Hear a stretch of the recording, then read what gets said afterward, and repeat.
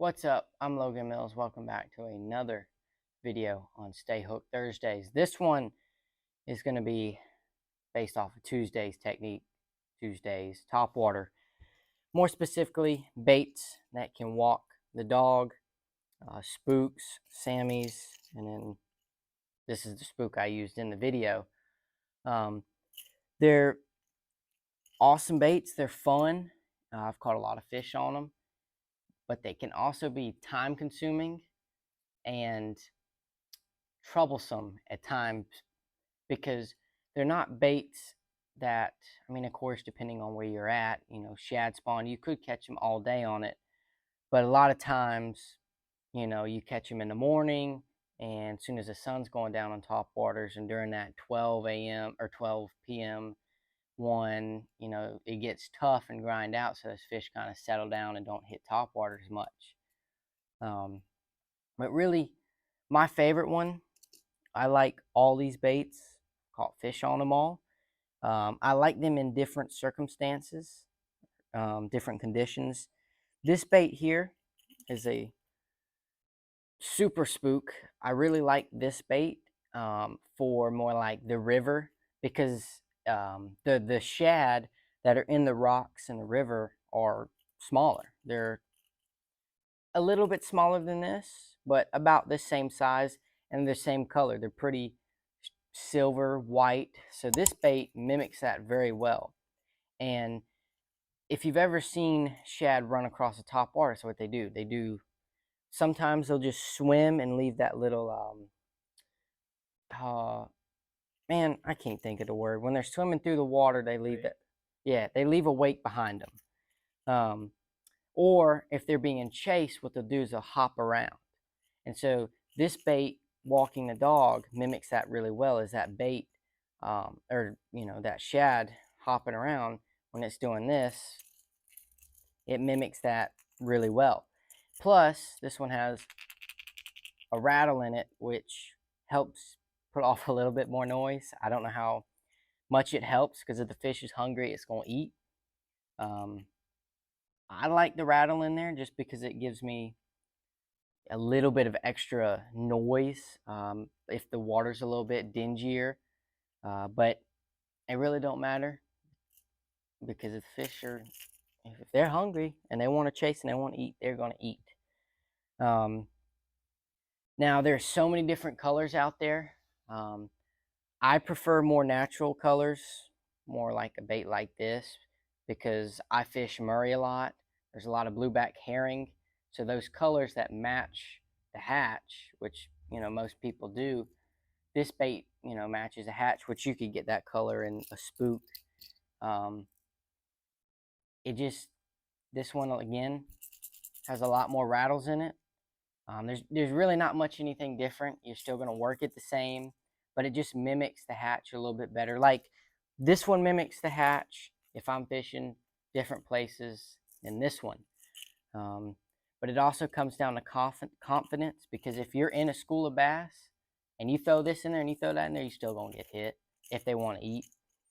Because if you throw in a school of bass that are schooling, killing stuff, they don't care. If it moves, it's dead. I've caught them on a crappy jig with a little minnow on it before. It don't matter what you throw in there. I always perform more natural. That's what I have more confidence in. It just works for me. But I believe, to a point, there's a big difference between a black and white bait or an orange. But I think, colors don't matter as much as the placement of your lure. If I'm throwing a bright pink lure in the middle of a schooling bass and they're killing everything that moves, there's a pretty good chance that they're going to hit your bait if it's moving through there looking like food. Now, this one, what I do like about this bait, not all of them have it, but this bait here, the spook, it doesn't, you can tell it's like a little torpedo. It doesn't have any lip at all. It's just like a tube. Whereas this bait has a little bit of a lip right there, which helps catches more water, which I feel like this bait walks the dog a little bit easier. than this one does, because this one tends to get messed up a little bit. But man, it's really placement. You have to find the fish that really want it. You can catch fish all day on it, but you just got to find the right fish at the right time.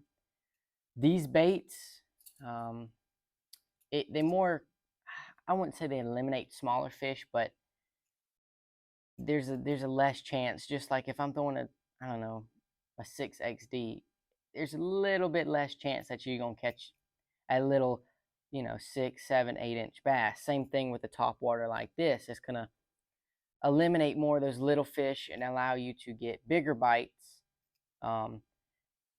Some of the problems that I've had, which it just comes down to the fish. It's not really anything I can do or the bait, because with the treble hooks like this, they're sitting like this. Those fish come up and they kill it.